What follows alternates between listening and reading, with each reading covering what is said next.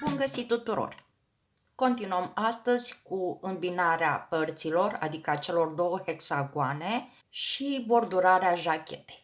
Vom face totodată și ajustarea dimensiunilor jachetei la mărimea pe care vrem să o obținem, la dimensiunile noastre.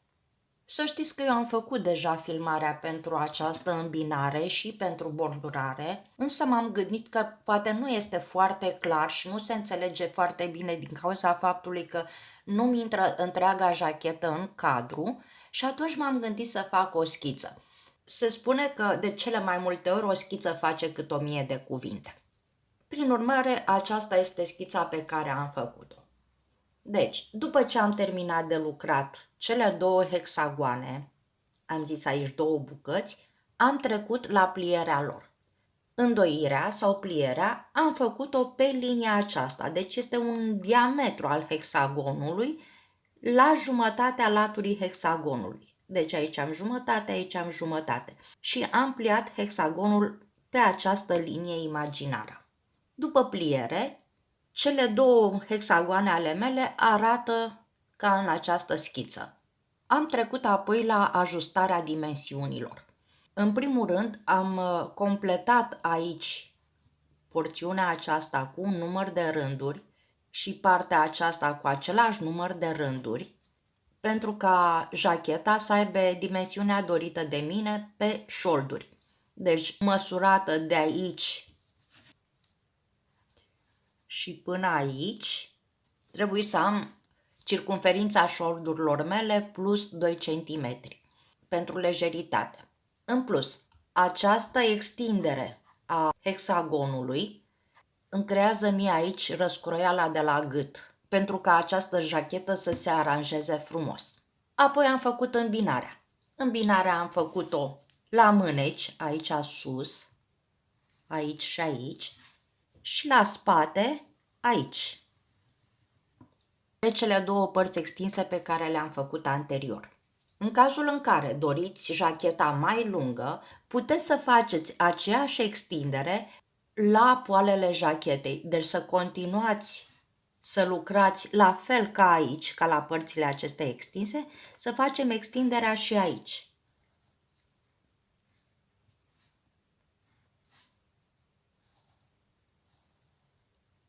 Se lucrează la fel, piciorușe lungi, pe toată circumferința jachetei noastre, de jur împrejur.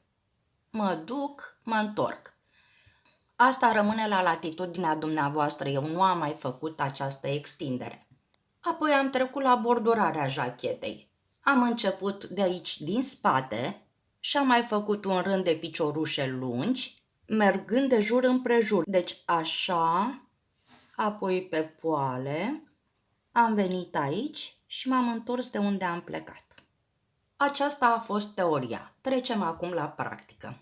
Acum pliez hexagonul așa cum îl voi plia când închei jacheta.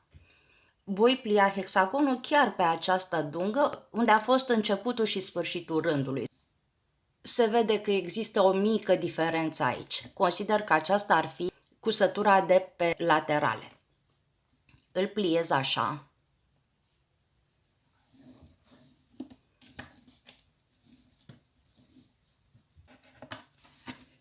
Și el acum arată așa, nu intră în cadru, deci el va fi pliat așa.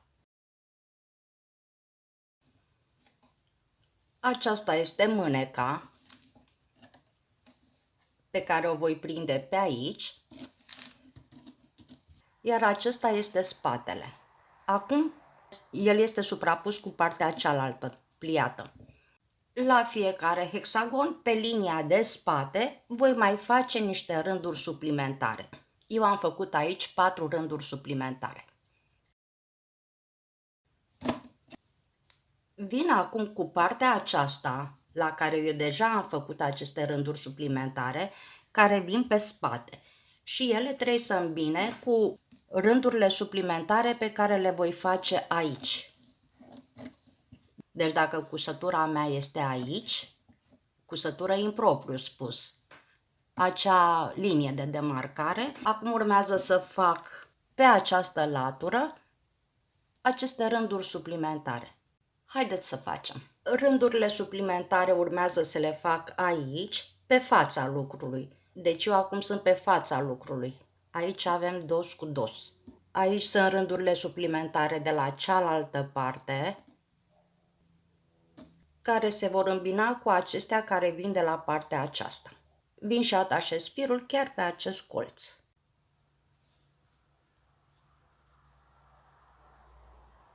Și îl înod. L-am înodat o singură dată, e suficient. Voi face acum acest prim rând și voi continua să fac aceste găurele ca o continuitate a acestui motiv. Deci pentru început ridic 3 ochiuri de lanț,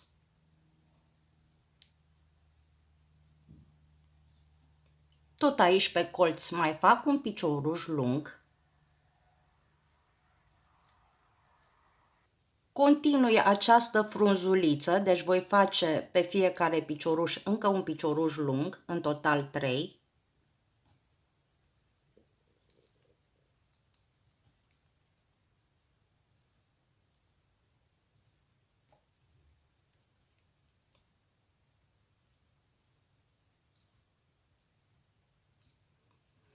Acum continui motivul astfel. Fac 3 ochiuri de lanț, mă duc pe acest vârf de frunză și fac un picioruș lung, pe interiorul următorului spațiu fac 2 piciorușe lungi,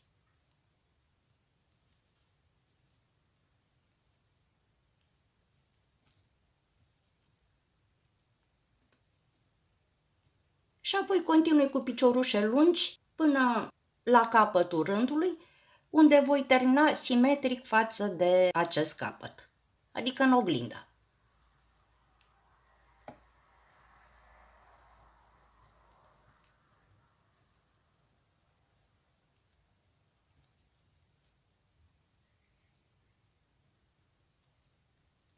Sunt spre capătul rândului, continui.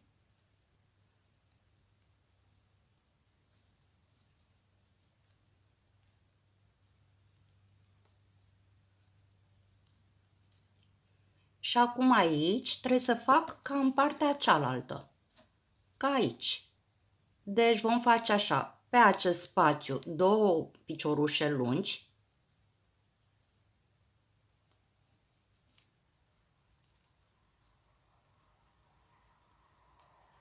pe vârful frunzuliței un picioruș lung,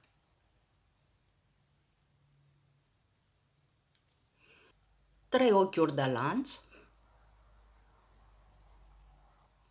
Pe aceste piciorușe voi face câte un picioruș pe fiecare dintre ele, deci încă 3 piciorușe.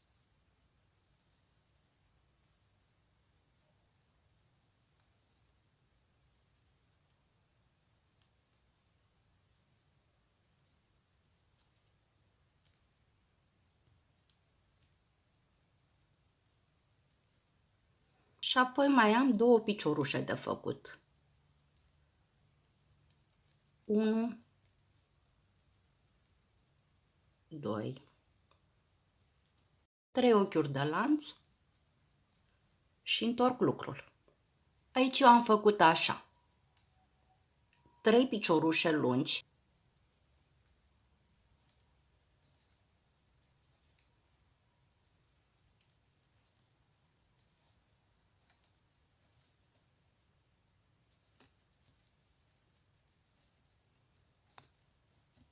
trei ochiuri de lanț, mă duc în acest spațiu și fac 2 piciorușe lungi,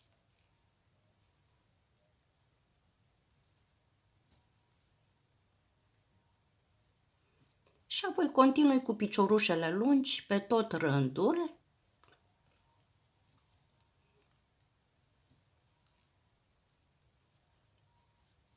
Iar la capătul celălalt voi face simetric. Deci după ce trec de spațiul anterior, 3 ochiuri de lanț și încă 4 piciorușe lungi. Aici sunt la sfârșitul celui de-al doilea rând de piciorușe. Am mers cu ele picioruș pe picioruș. Pe acest spațiu am făcut 2 piciorușe lungi, 3 ochiuri de lanț, iar la sfârșit 4 piciorușe lungi. Apoi am întors lucrul și am continuat să lucrez încă 2 rânduri de piciorușe lungi, absolut drept, picioruș pe picioruș. Doar aici, în acest spațiu, am făcut 2 piciorușe. Asta e singura diferență față de următorul rând. Fac acum încheierea părților.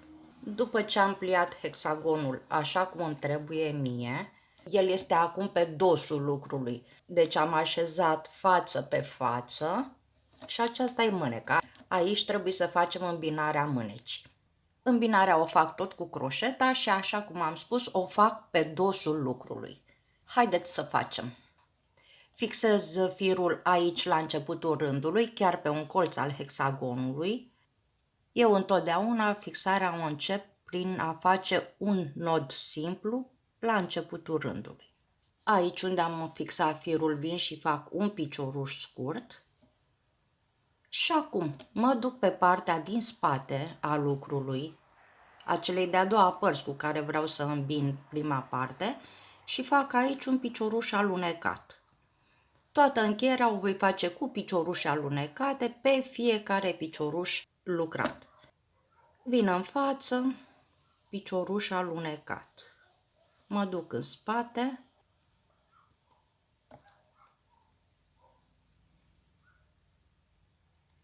Și tot așa, în față, în spate și fac picioruș alunecat.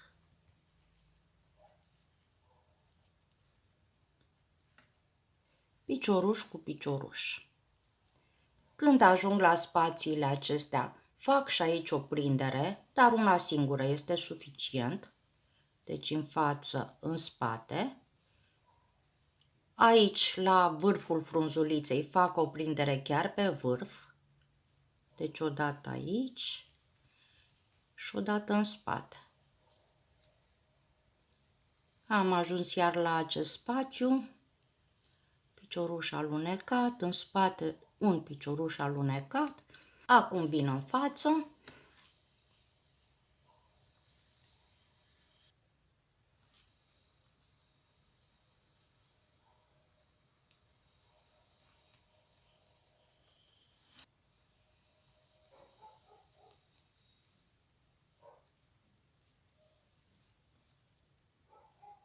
Și tot așa pe fiecare picioruș până facem toată încheierea, pe toată latura hexagonului.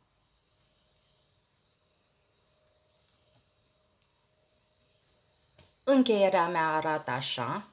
Aici este pe dosul lucrului și aici este pe fața lucrului. Vedeți cât de frumos a ieșit, cât de uniformă. La fel fac încheierea și la cealaltă mânecă, dar și pe spate. Fac acum bordurarea mânecii. Ea arată așa. Pentru aceasta pliez mâneca fix pe această îmbinare care vine de la umăr și mă duc în partea de jos, deci partea din interior a mânecii, unde atașez firul. Adică aici. Și îl înod o singură dată. Acest capăt o să-l prind acum în lucru. Pentru început o să fac un rând de piciorușe lungi, care uniformizează întreaga margine a mânecii. Eu am făcut aici un singur rând de piciorușe lungi pentru că am considerat că lungimea mânecii este suficientă. Dacă doriți ca mâneca să fie mai lungă, faceți aici 3-4 rânduri câte doriți de piciorușe lungi și ea va deveni mai lungă. Prin urmare, fac acest rând de piciorușe lungi. Aici unde am înnodat firul, ridic un ochi de lanț și încă 3. Mă duc în următorul picioruș și fac iar un picioruș lung.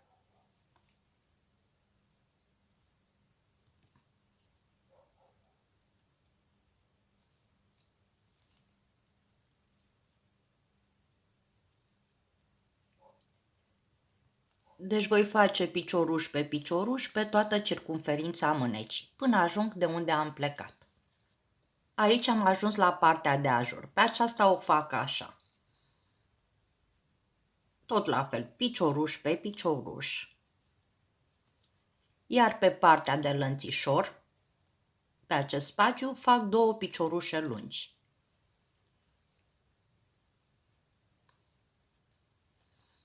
Pe grupul acesta de 3 mai fac un picioruș lung. Este practic vârful frunzei. Urmează iar un spațiu pe care fac 2 piciorușe lungi.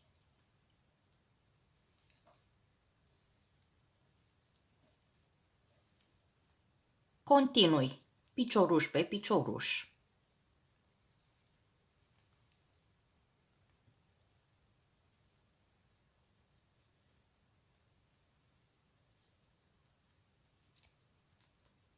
Pe spațiu 2 piciorușe.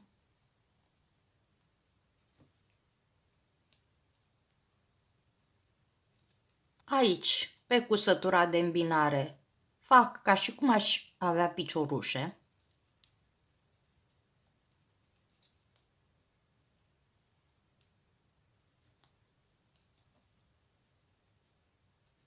Am ajuns iar la spațiu, pe el fac 2 piciorușe lungi.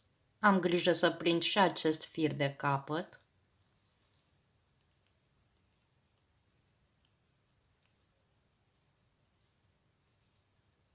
Și tot așa, unde sunt piciorușe fac piciorușe lungi, unde sunt spații fac 2 piciorușe lungi, pe vârful frunzuliței un singur picioruș, iar spațiu și apoi continui picioruș pe picioruș.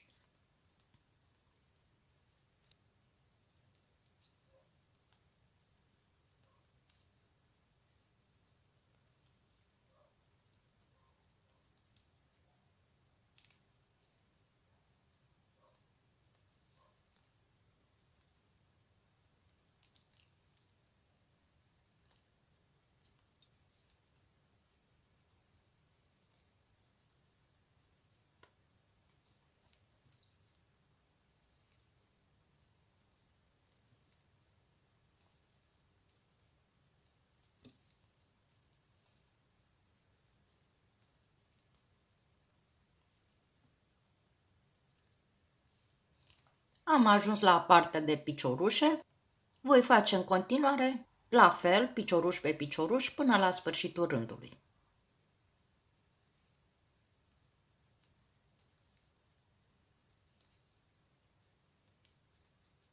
Sunt spre sfârșitul rândului. Mai am de făcut aici un picioruș. Și am ajuns la capătul rândului. Aici închei rândul cu un picioruș alunecat, în vârful ochiurilor de lanț. Aici. Deci eu am făcut un singur rând de piciorușe pentru că am considerat că mâneca mea a ajuns la lungimea dorită. În cazul în care doriți ca mâneca să fie mai lungă, faceți mai multe rânduri de piciorușe lungi, până ajungeți la lungimea dorită. Acum trec la bordurarea propriu-zisă. Următorul rând este un rând de arcade sau bride, formate din 5 ochiuri de lanț, prinse din 4 în 4 piciorușe. Haideți să facem. Aici, pentru început, fac pe următorul picioruș un picioruș scurt și apoi fac 5 ochiuri de lanț. 1, 2, 3, 4, 5. Prind aceste ochiuri de lanț în al 4-lea picioruș, începând de la următorul de după piciorușul scurt. Deci 1, 2, 3, aici, prind cu picioruș scurt. Iar 5 ochiuri de lanț, 1, 2, 3, 4, 5, mă duc în al 4-lea picioruș, 1, 2, 3, 4, aici, picioruș scurt. Și se continuă așa până ajung de unde am plecat.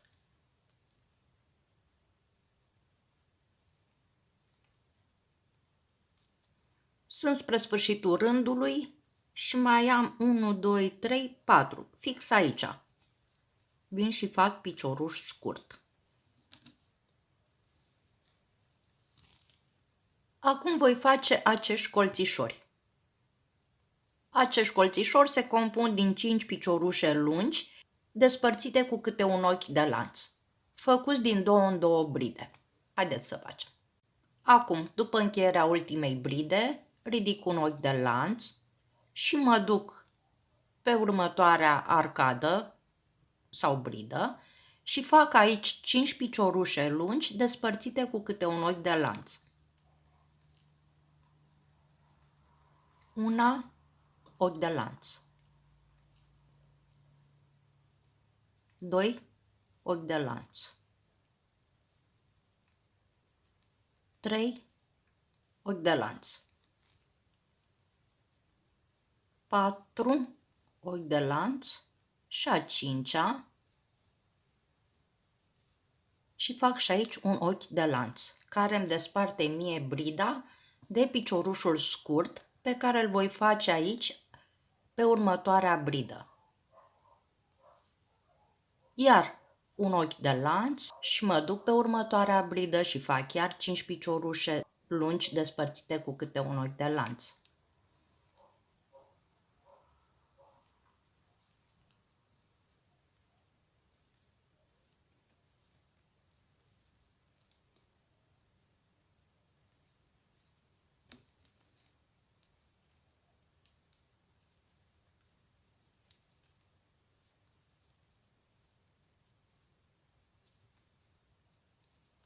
După al 5-lea picioruș am făcut ochiul de lanț, mă duc pe următoarea bridă și la mijloc fac un picioruș scurt. Iar ochi de lanț și bridele se reiau. Fac așa până ajung de unde am plecat. Sunt spre sfârșitul rândului, am făcut cele 5 piciorușe, am făcut ochiul de lanț și observ că mi-au rămas doar 2 bride, 2 arcade. În mod normal aș veni și aș prinde aici și aici ar mai trebui să vin să fac un astfel de motiv, dar s-ar înghesui foarte tare. Așa că voi face pe următoarea bridă, în mod normal, un picioruș scurt și apoi pe brida următoare mă duc și mai fac un picioruș scurt, dar prind și de rândul anterior bridei. Aici. Și fac picioruș scurt. Dacă în mod normal s-ar fi terminat fără această bridă în plus, veneam și prindeam în mod obișnuit cu picioruș scurt pe piciorușul scurt lucrat. Acum fac și ultimul rând, acesta de colțișori, făcuți pe motivul anterior. Haideți să facem. De aici, de unde am făcut ultimul picioruș scurt, mă duc cu picioruș alunecat pe piciorușul scurt următor și apoi pe vârful primului picioruș lung. Vedeți, noi avem aici 5 piciorușe. Între aceste 5 piciorușe eu am 4 spații. Pe aceste spații voi face acești colțișori, pe care îi fac așa. Mă duc în primul spațiu și fac un picioruș scurt, fac 3 ochiuri de lanț, pe care le închid pe următorul picioruș cu picioruș alunecat. Mă duc pe următorul spațiu, fac chiar un picioruș scurt, 3 ochiuri de lanț, pe care le închid în următorul picioruș cu picioruș alunecat. La fel, fac pe toate cele 4 spații, deci picioruș scurt, 3 ochiuri de lanț, picioruș alunecat. Și pe cel de-al 4-lea spațiu, picioruș scurt, 3 ochiuri de lanț, picioruș alunecat. Acum voi merge până la următorul spațiu, primul de la următorul motiv, cu piciorușe alunecate Deci unul pe piciorușul dintre motive și încă unul în vârful primului picioruș lung. Și apoi reiau ca și aici. Intru pe următorul spațiu, fac picioruș scurt, 3 ochiuri de lanț, picioruș alunecat în vârful piciorușului lung.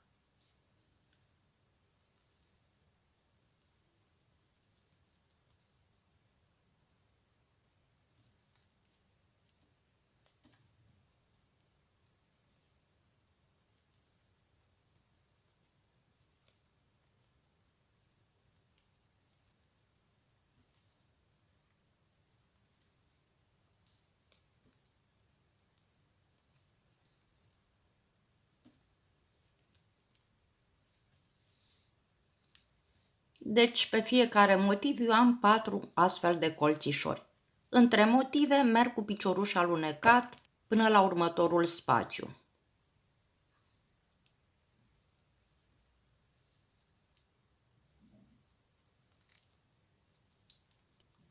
Și am ajuns iar la următorul spațiu și reiau. Picioruș scurt, 3 ochiuri de lanț, picioruș alunecat. Merg așa pe toată circumferința mânecii, pe toate motivele, până ajung de unde am plecat. Sunt la ultimul motiv, am făcut 3 colțișori, acum îl fac pe al 4-lea.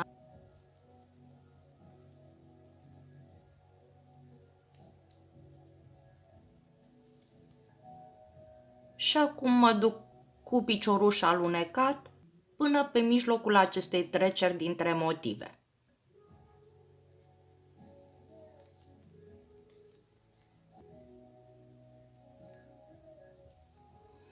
Acum fac un ochi de lanț de siguranță și tai firul.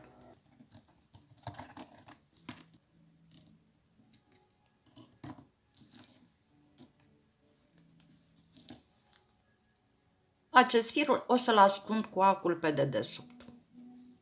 Așa arată colțișorii de la mânecă și la fel i-am făcut și pe fața jachetei. Aici vreau să fac următoarea precizare.